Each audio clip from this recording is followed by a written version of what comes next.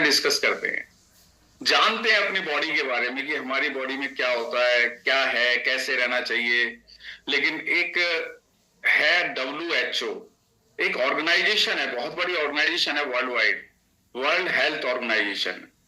World health organisation क्या कहता है कि physically, mentally and socially, spiritually आपको फिट रहना है विदाउट एनी डिसीज। किसी भी तरह की कोई ऐसी आपके ऊपर बाधा ना हो कि भाई आप इन चारों चीजों में से फिट ना रह सके। तो आप फ्री, यानी कि फिजिकली भी फिट हो, मेंटली भी फिट हो, सोशली भी फिट हो और स्पिरिचुअली भी फिट हो। सो इस तरह की भावना हमारे अंदर होनी चाहिए और इस तरह का हमारा एटीट्यूड भी होना चाहिए। और ये देखिए, ये ह्यूमन बॉडी है और इसमें सिस्टम्स हैं, ऑर्गन्स हैं, टिश्यूज हैं, सेल्स हैं। सेल्स आप जानते हो, जैसे कि सबसे छोटा पार्ट हमारी बॉडी का, smallest particle of the body, सबसे छोटा पार्ट। क्योंकि सेल से टिश्यू बनेंगे, टिश्यू से ऑर्गन, ऑर्गन से बॉडी के सिस्टम और फिर बॉडी बन जाएगी पूरी। सो वो एक साथ मिलके काम करती है, कलेक्टिवली काम करती है ये, तभी हमारी बॉडी आगे मूव करती है। तो इसको क्या चाहिए? हवा, पानी, खाना। देखते हैं कैसा चाहिए। Clean and good quality food, clean and pure water, clean and fresh air. अब आपके दिमाग में ना घूम रहा होगा कि ये साफ चाहिए, शुद्ध चाहिए, क्वालिटी वाले चाहिए, प्योर वाटर चाहिए, फ्रेश एयर चाहिए, जो बिल्कुल 21% ऑक्सीजन हमें एनवायरमेंट से चाहिए, लेकिन मिलती कितनी है? अब ये देखते हैं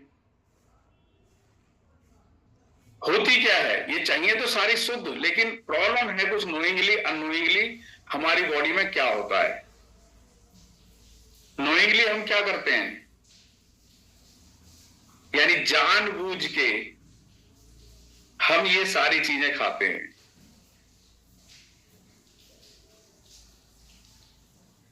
देख रहे हो ना, जानबूझ के ये चीजें, ये थोड़ी सी टेस्ट में अच्छी लगती है ना, टेस्ट वाइज बहुत बढ़िया लगती है, इनका स्वाद बहुत बढ़िया है, इनसे दिमाग अच्छी तरह घूम जाता है और दिमाग को घुमा के ये अभी चीजें खाते हैं तो बहुत अच्छी लगती हैं। हाँ यार, इनमें करंट है, ये बहुत बढ़िया है, इससे देखा मजा आ गया ना।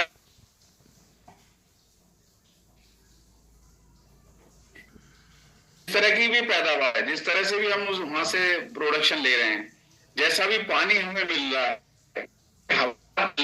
इस तरह के एनवायरमेंट में हम रह रहे हैं, तो उसी में सांस लेना पड़ेगा, वैसे ही पानी पीना पड़ेगा, वैसे ही खाना पड़ेगा।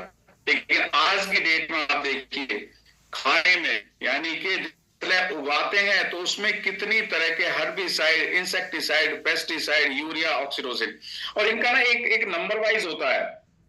आपने खेत को खाली छोड़ दिया, उसमें ना घास उग आएगी, अब उस घास को जलाने के लिए स्प्रे करेंगे हर्बिसाइड का, फिर उसमें ना कुछ कीड़े वगैरह लग जाएंगे, इंसेक्टिसाइड डालेंगे, पेस्टिसाइड डालेंगे, जिससे कि वो कीड़े कुछ रेंगने वाले होते हैं, कुछ मल्टीपल लेग्स वाले होते हैं, कुछ जो पत्तों पे चलते रहते हैं, गिनार वगैरह ऐसे वो है। और फिर उसके उपजाऊपन को बढ़ाने के लिए, उसको फर्टाइल करने के लिए उसमें बहुत सारा यूरिया डाल देंगे और कुछ केमिकल और स्प्रे कर देंगे। और जब हमारे पास फसल तैयार होके आएगी, जैसे सब्जी की है, किसी भी सब्जी की लगा लीजिए, या कोई कोई भी चीज है, उसमें अगर जरूरत पड़ी तो हम ऑक्सीटोसिन का इंजेक्शन भी लगाएंगे, जिससे कि वो जल्दी से बड़ा हो जाए और जल्दी से हम उसे मार्केट में लेके जाएं। तो ये सारी चीजें हो रही हैं, इनसे आप देख लीजिए किस क्वालिटी का फूड आपको मिल रहा है, किस कंडीशन का फूड आपको मिलेगा, किस तरह का फूड मिलेगा आपकी बॉडी के लिए, जबकि हमें चाहिए कैसा? शुद्ध, प्योर। अब फिर भी वो प्रोड्यूस होने के बाद में उसमें क्या करेंगे, हम कुछ और मिक्सिंग कर देंगे। और देखिए, अभी तो ना दिवाली का टाइम आया हुआ है, और दिवाली के टाइम पे अखबार भरा पड़ा रहता है कि वहां पे इतना खोया, नकली खोया, इतना नकली पनीर, इतनी नकली मिठाई वहां पे वो डिस्ट्रॉय कर दी। यानी कि हम इसके ऊपर से जो और चीजें फेस्टिवल्स में यूज करनी है, उनके अंदर और मिक्सिंग करके सारी चीजें नकली बनाई जा रही हैं, और उनको किस तरह से आर्टिफिशियली उनको डेवलप किया जा रहा है खाने वाली चीजों को। तो उनसे शरीर कैसा रहेगा? पानी की कंडीशन देख लीजिए, नदी नाले के साथ में ही ना, उसके बराबर में ही शहर बसा हुआ होता था या गांव बसता था, अब उनके अंदर कितना केमिकलाइजेशन हो गया है, कितना गंद उनके अंदर जा रहा है, किस तरह की कंडीशन है उनके अंदर। आज से 50 साल 40-50 साल पहले देखिए आप, पानी किस तरह का आता था उन नदियों में, नालों में, कैसा पानी रहता था, और आज की डेट में कैसा पानी है, because of pollution, because of industrialisation. So ये कंडीशन हो रही है। और आज की डेट में तो पॉल्यूशन कंट्रोल वाले, क्योंकि पेनल्टी लगाते हैं फैक्ट्रियों के ऊपर, तो वो क्या करते हैं, बोरिंग करके और पानी को नीचे ही छोड़ देते हैं। जितना भी दूषित पानी है उसको नीचे ले जाते हैं बोरिंग करके, और नीचे की सतह में डाल देते हैं, जहां से हमारा सोर्स है, जहां से हमें वो पानी आएगा।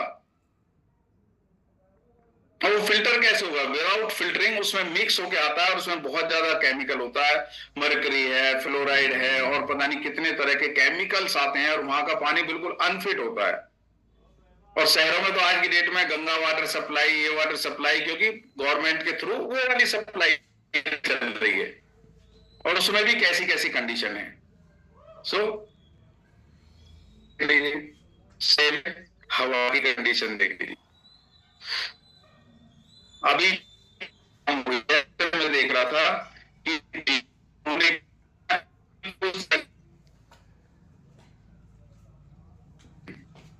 और टू व्हीलर और थ्री व्हीलर काउंटिंग ही नहीं है, कार की। अब इनसे क्या निकलता है, धुआं निकलता है। पहले गांव में साइकिल भी नहीं होती थी, किसी किसी के घर में साइकिल होती थी। आज की डेट में गांव में भी हर घर में गाड़ी मिलेगी, बाइक मिलेगी, आपको ऐसी चीजें मिलेगी। तो इनसे क्या हो रहा है, फ्यूल बर्न हो रहा है, तो उसमें से स्मोक निकल रहा है, उसमें से धुआं निकल रहा है, टॉक्सिक इमिशंस निकल रहे हैं। यानी कि वातावरण में किस तरह का पॉल्यूशन हो रहा है, और ये आप अंदर इनहेल कर रहे हो, सांस के थ्रू लेके जा रहे हो, तो बॉडी की कंडीशन कैसी होगी। अब आपने देखा जो बेसिक नीड है, हवा पानी खाना, उससे कैसी कंडीशन हो रही है। यानी देखिए अखबारों में भी मैं देखता रहता हूं, बुजुर्गों पे सबसे ज्यादा पड़ रही जलवायु आपातकाल की मार। भारत में नई नई महामारी बन रही है, फेफड़ों की बीमारी। रेस्पिरेटरी सिस्टम क्या है, लंग्स के थ्रू ही है। लंग्स ही जो है ऑक्सीजन को एक्सेप्ट करते हैं, बाकी की गैसेस को बाहर निकाल देते हैं, लेकिन उनको ऑक्सीजन प्रॉपर नहीं मिलेगी तो उनका एक्सपेंशन प्रॉपर नहीं होगा, वो अच्छे से फंक्शन नहीं कर पाएंगे। देखिए अब आप अपनी गाड़ी में अगर किसी मिक्स वाला फ्यूल डाल देंगे तो गाड़ी कैसे करेगी, वो फटफट करेगी, वो इतनी परफॉर्मेंस नहीं देगी, वो चल ही नहीं पाएगी आगे। उसी तरह से अगर हमारा फ्यूल हमारे फेफड़ों के अंदर जा रही है तो वो कैसे काम करेगा, उसमें कैसे तरह से हम अस्थमैटिक हो जाएंगे, बहुत सारी प्रॉब्लम्स बनने लगेगी, और फेफड़ों में जो है वो पॉल्यूशन डिपॉजिट होने लगेगा। धूम्रपान नहीं, वही फेफड़े का कैंसर। चिंताजनक, प्रदूषित वातावरण में रहने वाले लोग मिले अधिक पीड़ित। अब प्रदूषित तो है ही है वातावरण, सभी जगह है। दिल्ली एनसीआर के युवाओं में बढ़ रही फेफड़ों की बीमारी। 4000 युवाओं के सीटी स्कैन, चेस्ट स्कैन में दिखा गंभीर बदलाव, भविष्य में गंभीर रोग होने की समस्या। 3 में से 1 में मिली समस्या। अब देखिए every third person is affected. 10% महिलाओं के तलाक हो जाते हैं टीबी की वजह से, क्योंकि वीकनेस हो जाती है, कमजोरी है, काम ही नहीं कर पाती।